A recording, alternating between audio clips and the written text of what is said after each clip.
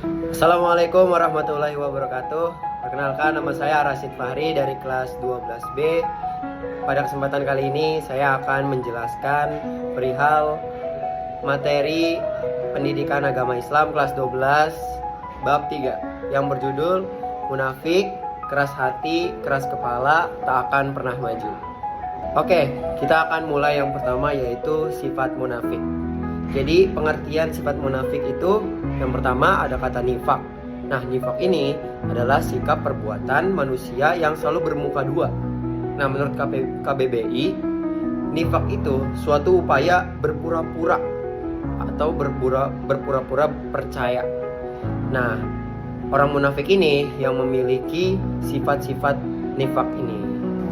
Oke, adapun 3 ciri-ciri utama dari orang munafik yang terdapat pada hadis yang diriwayatkan oleh Bukhari Muslim yang berbunyi, Bismillahirrahmanirrahim.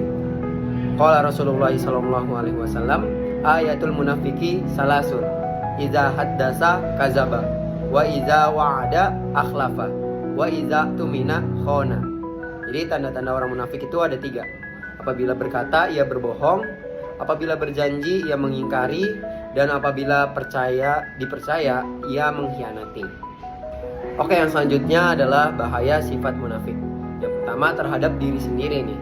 Nah, orang munafik akan merasa tidak tenang karena ia takut akan ketahuan orang lain dari perbuatan yang dusta dan khianat. Nah, adapun bahaya sifat munafik terhadap orang lain. Nah, orang munafik hatinya itu selalu kotor. Ia selalu berangan-angan untuk mencari kesempatan dan keuntungan tanpa memperhatikan norma-norma kebenaran, sehingga dia akan merugikan orang lain. Selanjutnya yaitu tips agar terhindar dari sifat nifak. Yang pertama, bersegera. Bersegera untuk apa? Bersegeralah untuk melaksanakan sholat jika waktunya telah tiba. Lalu yang kedua, berakhlak baik dan memperdalam agama. Nah, yang ketiga, bersedekah. Oke teman-teman, kita lanjut ke sifat tercela selanjutnya, yaitu keras hati. Jadi pengertian dari keras hati ini adalah kondisi mental dan spiritual di mana seseorang itu kehilangan kepekaan, empati, dan simpati terhadap penderitaan orang lain. Nah, yang itu membuatnya sulit menerima kebenaran, terus mudah marah, serta dia itu cenderung menjauhi hal baik dan mendekati keburukan. Oke, selanjutnya ada macam-macam hati nih. Yang pertama, hati yang sehat atau kolbun salim. Nah, hati yang sehat itu hati yang mengetahui bahwa kebenaran dan hati yang peka terhadap lingkungan sekitar. Nah, yang kedua itu ada hati yang mati atau mayit al-qalb.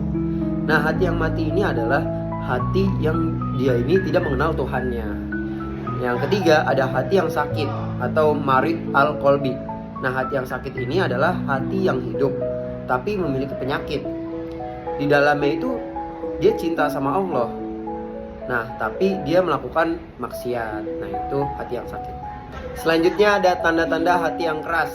Nah, yang pertama ini tanda-tandanya itu bermalas-malasan dalam kebaikan. Yang kedua, dia nggak bisa berpengaruh terhadap ayat-ayat Al-Quran. Nah, yang ketiga, dia tidak takut ancaman Allah. Keempat, yang terakhir itu dia memiliki kecintaan yang besar terhadap dunia. Nah, adapun obat hati yang keras. Yang pertama nih, beriman kepada Allah. Yang kedua, banyak berzikir. Yang ketiga, beribadah. Yang keempat, belajar ilmu agama. Kelima, berlindung dari Allah jika tidak khusyuk. Keenam, berbuat baik terhadap anak yatim dan orang miskin. Ketujuh, banyak mengingat kematian. Lalu kedelapan, menghadiri majelis-majelis taklim. Yang kesembilan, menjauhi sebab-sebab terjadinya fitnah dan dosa. Yang kesepuluh, makan makanan yang halal. Yang kesebelas, yang terakhir, yaitu sholat malam dan bergaul dengan orang-orang yang soleh. Nah, hati yang keras ini memiliki dampak terhadap kehidupan. Yang pertama ada kehidupan spiritual. Spiritual itu kehilangan keimanan, jadi dia tidak dapat menerima kebenaran. Nah, yang kedua itu ada moral. Dia meremehkan kemaksiatan. Yang ketiga ada sosial. Dia jadi mementingkan dirinya sendiri, memiliki sifat egois yang tinggi. Yang keempat, psikologis. Dia bisa menjadi merasa gelisah. Dia tidak tenang hidupnya. Nah, bagaimana cara menjaga kesehatan hati? Yang pertama, kita harus perkuat keimanan kita. Yang kedua, perbanyak ibadah. Yang ketiga, jauhi dosa. Baik, kita telah sampai di penghujung sifat tercela yang terakhir nih, yaitu keras kepala. Nah, keras kepala itu apa sih? Keras kepala itu adalah sifat yang sering dianggap negatif. Namun memahami akar penyebabnya dapat membantu kita mengelolanya dengan baik. Menurut KBBI, keras kepala itu adalah individu yang tidak mau menuruti nasihat orang lain.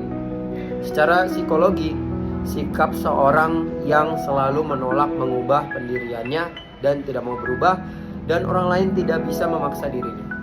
Adapun pengertian keras kepala menurut Kamsus Cambridge, yaitu seseorang yang bersikukuh melaksanakan hal yang ada dalam benaknya dan di saat yang sama menolak mengerjakan hal lain hingga keinginannya tersebut terpenuhi. Nah, keras kepala ini punya ciri-cirinya. Yang pertama, dia memiliki ide atau rencana yang harus diwujudkan. Yang kedua, bersikeras melakukan sesuatu. Yang ketiga, dia menolak ide dari orang lain. Yang keempat, emosional kalau dia dibujuk. Nah, cara menghadapi orang-orang yang keras kepala ini adalah kita harus banyak-banyak bersabar, menghindari konfrontasi, berbicara jelas dan tegas. Nah, sifat keras kepala ini juga memiliki dampak yang negatif. Yang pertama, akan menimbulkan banyaknya konflik. Yang kedua, itu adalah isolasi. Orang yang keras itu cenderung dia terisolasi dari lingkungan sekitarnya. Yang ketiga, ada stres. Nah, sifat keras kepala ini menimbulkan stres. Oke teman-teman, mungkin itu saja yang dapat saya sampaikan tentang bab 3 kelas 12 pelajaran pendidikan agama Islam ini. Kurang lebihnya mohon maaf. Wassalamualaikum warahmatullahi wabarakatuh.